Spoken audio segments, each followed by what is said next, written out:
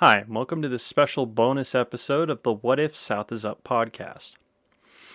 I'm Derrick Hall, and my co-host, Xtina Lefebvre, will not be joining me tonight.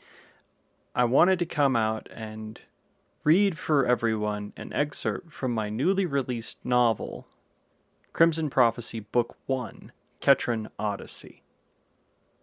And for those who don't know, the novel itself follows 15-year-old Inara, an elf. And let me give you a little bit of what the book is about. Fleeing from the soldiers razing her peaceful elvish neighborhood and imprisoning her neighbors, 15-year-old Inara stumbles into an ancient magic quest. Magic has gone missing, and only the prophesied hero can bring it back.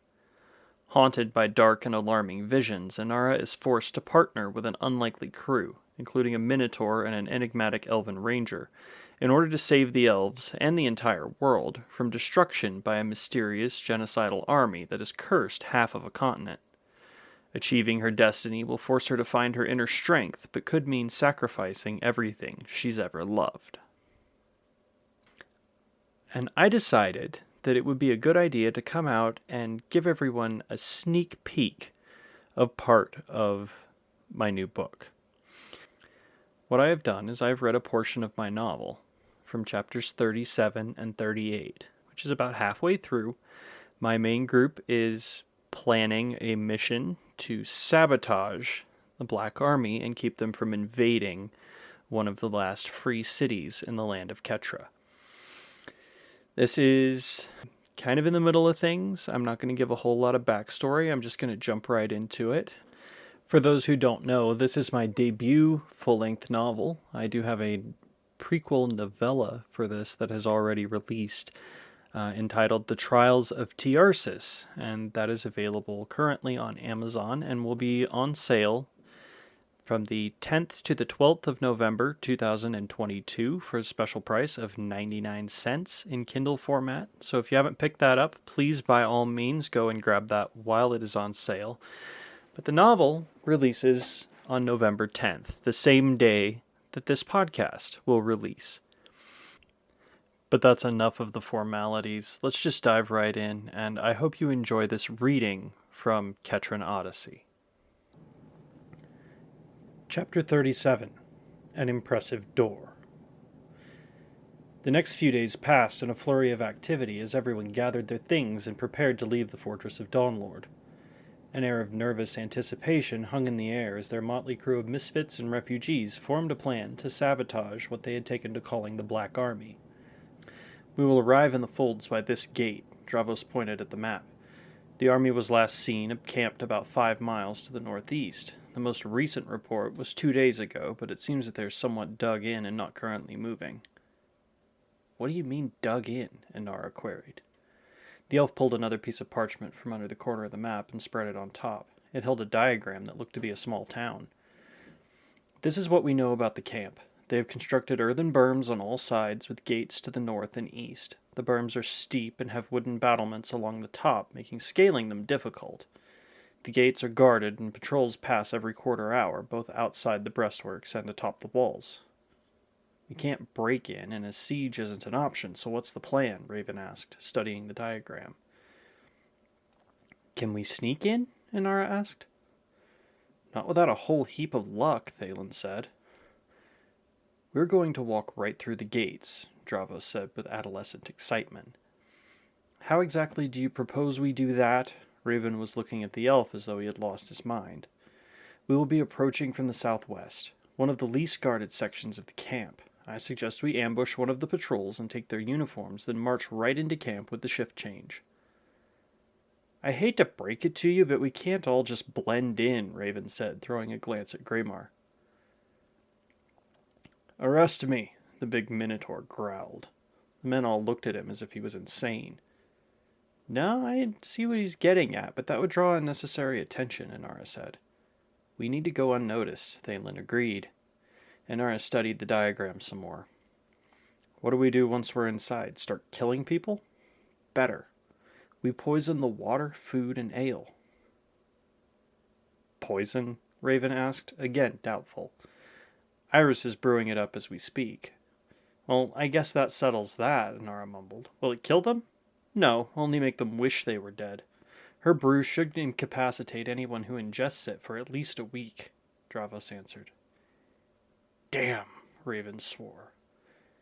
But what good is that? Ridston will still have an army on their doorstep, Thalen added. Morale is fragile. This will destroy it, Dravos stated. Inara thought for a moment, running through the basics of the plan in her head.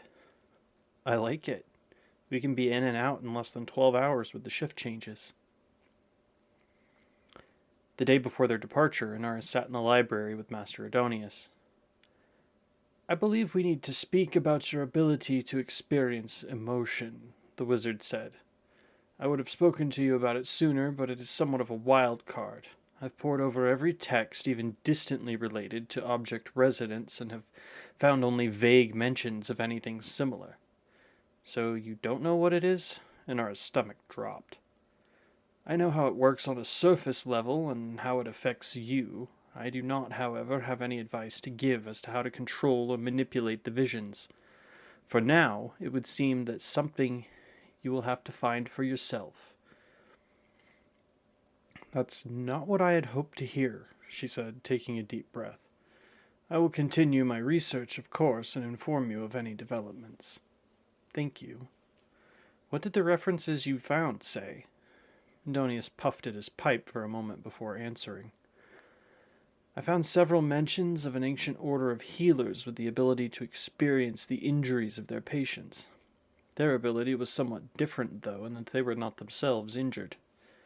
So I have some mutated form of it? That's one way to put it. These healers were often called bone seers. It's a bit to the point, in my opinion.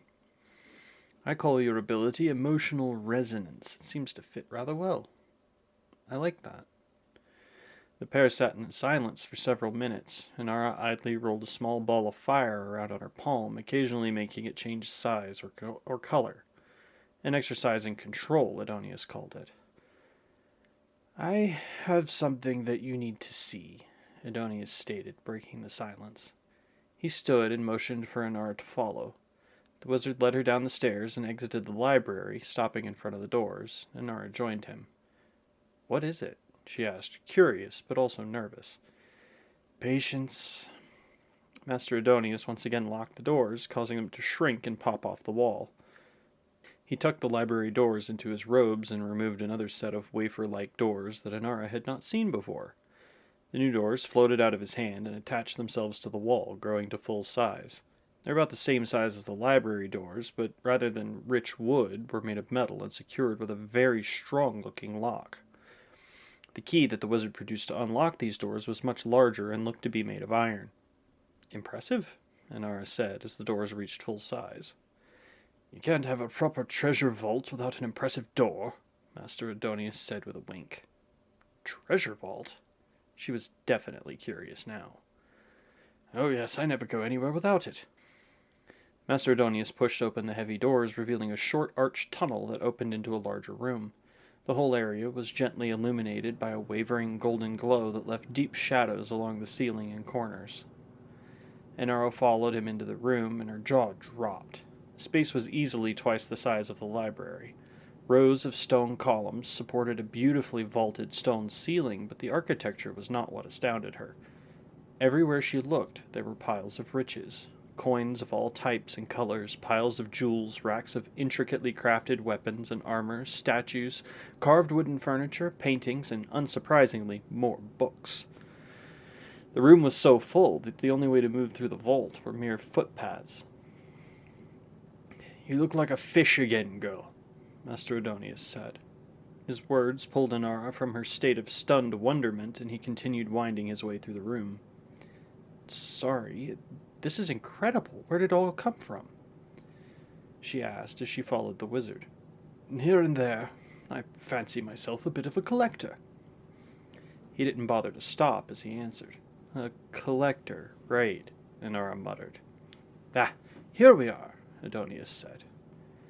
He came to a halt in front of an iron gate that blocked the entrance to a side room. While it was smaller than the main vault, it was by no means small. The wizard pulled yet another key from his robes and unlocked the gate before opening another magical lock with the spell. The gate swung open with only a slight push. "Inara, would you light the lamps?" he asked with a gesture at several sconces hung high on the walls. "Yes, master," she responded. A series of quick spells soon brought light to the room. "Much better, thank you." The addition of the lamps brought the room out of the shadows, and Inara was once again surprised by the quantity of treasures stored here. The smaller room was much more organized, but no less full. Shelves and glass displays lined the room. Shelves filled with scrolls and even more books, and the glass displays held everything from amulets and weapons to dried cuttings of plants. Every inch of wall that was not hidden by the shelves were covered in paintings and tapestries of all shapes and sizes.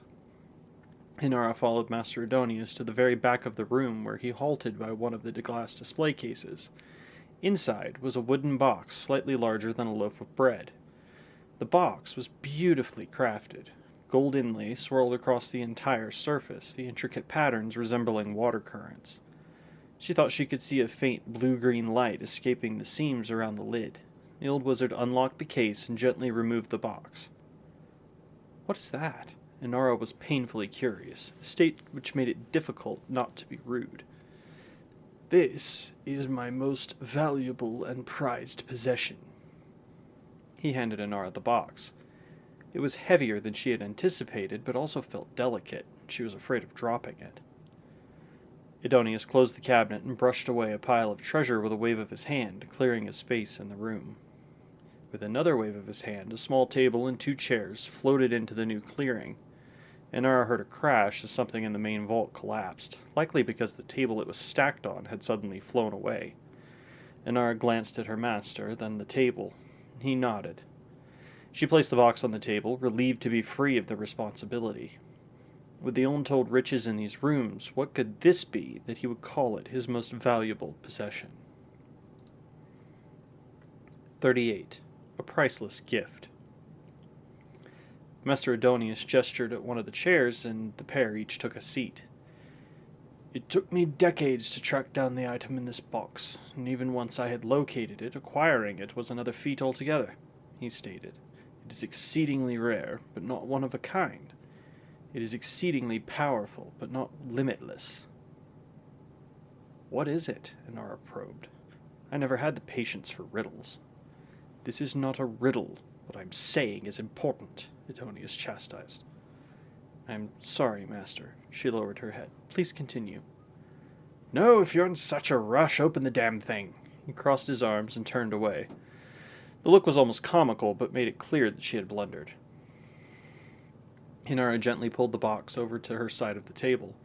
There was a small clasp on one edge. She released it with a sharp click and swung the lid back, revealing the contents. The interior of the box was padded and lined with soft velvet, much like her sword box.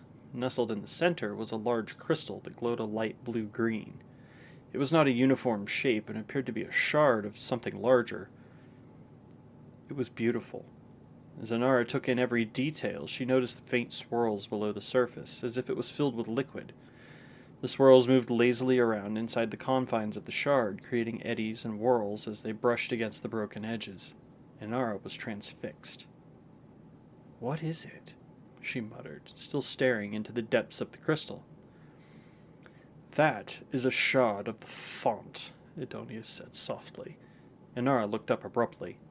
"The font? The source of all magic?" she asked. "The very same." "Do you know of another source of magic?" The wizard scoffed.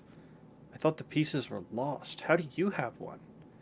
"Many, many years of searching and much toil," he said, fatigue clear in his voice. "May I pick it up?" Inara asked softly. "I suggest touching it first. It has an interesting effect." Inara took his advice and gently brushed her hand across the face of the crystal shard. She had expected it to be cold, but it was in fact almost hot. She marveled at the smoothness of it as well. Inara had never thought a hard surface could be soft and silky, almost like water, but it was. She pulled her hand back for a moment and hesitated before laying her palm fully against the surface. As her skin made contact, Inara felt a massive surge of magical power and her palm went numb. Afraid of what might happen, she yanked her hand back. What was that? She exclaimed. You felt it, didn't you? The power. Edonius leaned forward in his chair. It felt like the wild magic, but much stronger. Inara massaged her tingling palm.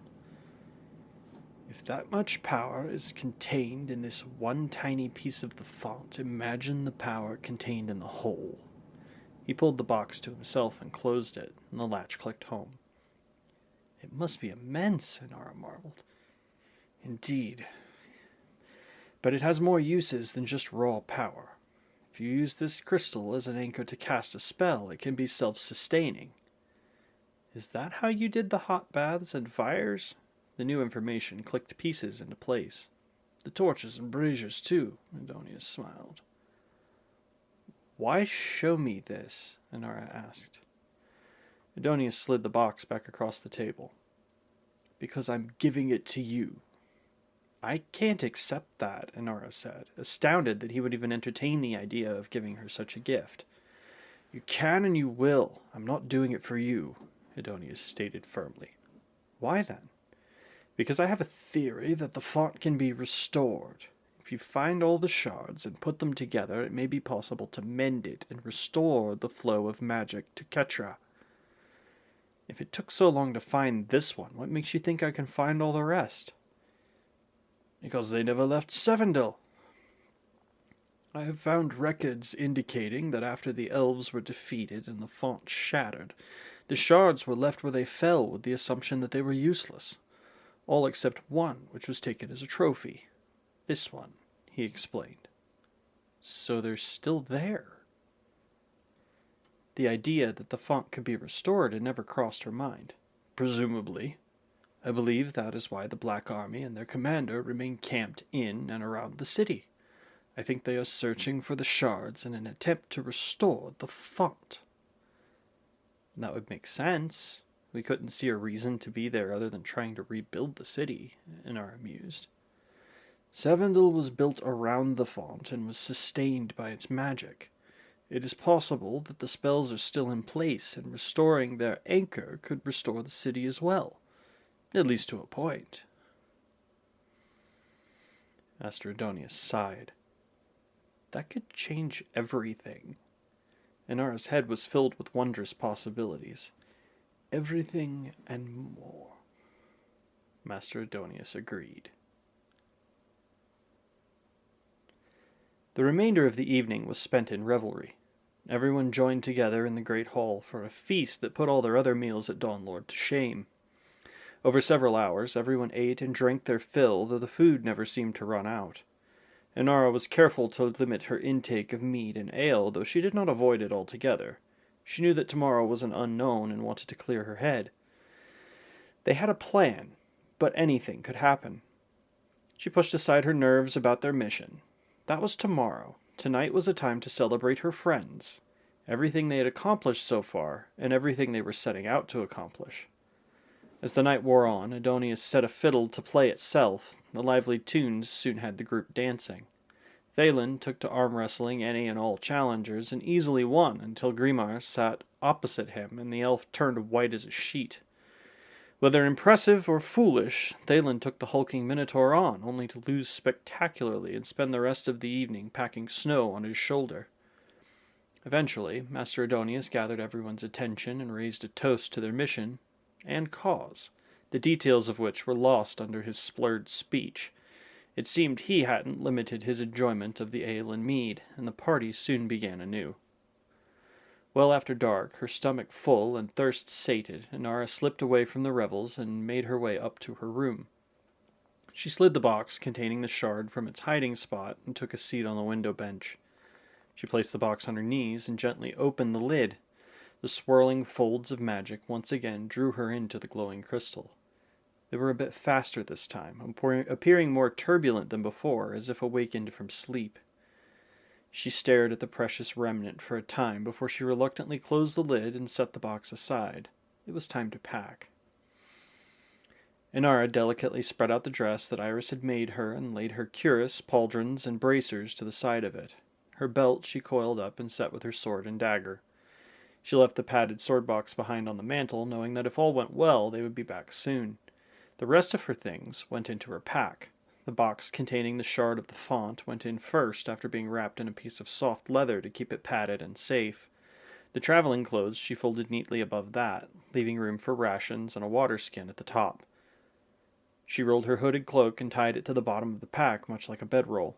Nora assumed it would be warmer in the folds, but wanted the option of the extra warmth if it proved warranted. It was still winter, after all. All of her possessions sorted out for the morning, and Nora undressed and settled into her hot bath and allowed the heat to loosen her muscles for one last time.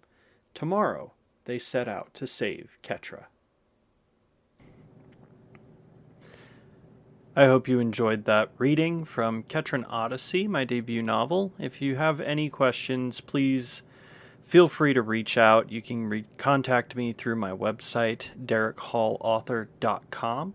Also, don't forget, if you head to that same website, you can sign up for my email list, and all of my books can be found on Amazon.com. Just search for my name or Crimson Prophecy, and that should pull them up for you.